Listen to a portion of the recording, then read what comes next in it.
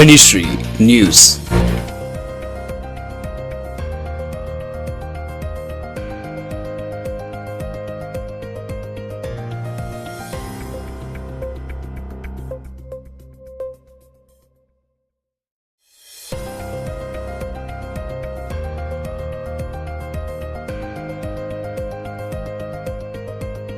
ನಮ್ಮ ರಾಜ್ಯ ಸರ್ಕಾರದ ವತಿಯಿಂದ ಏನು ಗ್ಯಾರಂಟಿ ಯೋಜನೆಯನ್ನು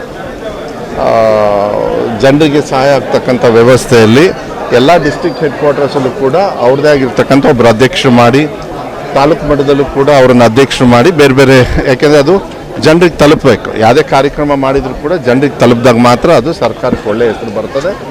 ಆ ನಿಟ್ಟಿನ ಮೇಲೆ ಇವತ್ತು ಚಂದ್ರಭೂಪಾಲ್ ಅವ್ರನ್ನ ನಮ್ಮ ಡಿಸ್ಟ್ರಿಕ್ಟ್ ಏನು ಪ್ರೆಸಿಡೆಂಟ್ ಆಗಿ ಮಾಡಿದ್ದಾರೆ ಅವ್ರನ್ನ, ಅವರ ಒಂದು ಕಚೇರಿಯ ಉದ್ಘಾಟನೆ ಮತ್ತು ಅವರ ಸಾರ್ವಜನಿಕರ ಅಹವಾಲು ಭಾಳ ಮುಖ್ಯ. ಯಾಕೆಂದರೆ ಇದು ನನಗನ್ಸಿದೆ ಬಟ್ 75 ಆಲ್ಮೋಸ್ಟ್ 93% ಕರೆಂಟ್ ಬಿಲ್ ಇರ್ಬೋದು ಮತ್ತು 2,000 ರೂಪಾಯಿ ಕೊಡ್ತಕ್ಕಂಥದ್ದಿರಲಿ ಭಾಳ ಹಗುರವಾಗಿ ಮಾತಾಡಿದರು.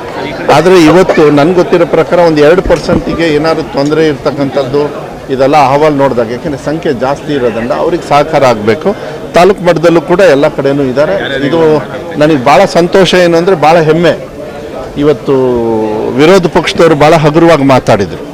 ಚುನಾವಣೆಯಲ್ಲಿ ಏನಾಯಿತು ಅದರದ್ದೆಲ್ಲ ನಾವು ಚರ್ಚೆ ಮಾಡೋದಕ್ಕೆ ಹೋಗೋದಿಲ್ಲ. ಆದರೆ ನಮ್ಮ ಸರ್ಕಾರ ಇವತ್ತಿಲ್ಲಿ ಬಂದಿದೆ ಅಂತ ಹೇಳಿದರೆ, ನಾವು ಅನುಷ್ಠಾನದಲ್ಲಿ ಇದ್ದೀವಿ, ಇವತ್ತು ಸರ್ಕಾರ ಒಂದು ಒಳ್ಳೆ ಗಟ್ಟಿಯಾಗಿದೆ ಅಂತ ಹೇಳಿದರೆ, ಅದು ವಿಶೇಷವಾಗಿ ಇದೆಲ್ಲ ಗ್ಯಾರಂಟಿ ಕೂಡ ನಂಬಿಕೆಯನ್ನು ಕಾಂಗ್ರೆಸ್ ಪಕ್ಷ ಏನೇ ಮಾತು ಕೊಟ್ಟರೇನು ಚುನಾವಣೆಯಲ್ಲಿ ಅದನ್ನು ನಡೆಸ್ಕೊಂಡು ಹೋಗುತ್ತೆ. ಅದು ಸಂಪ್ರದಾಯ ಇದೆ.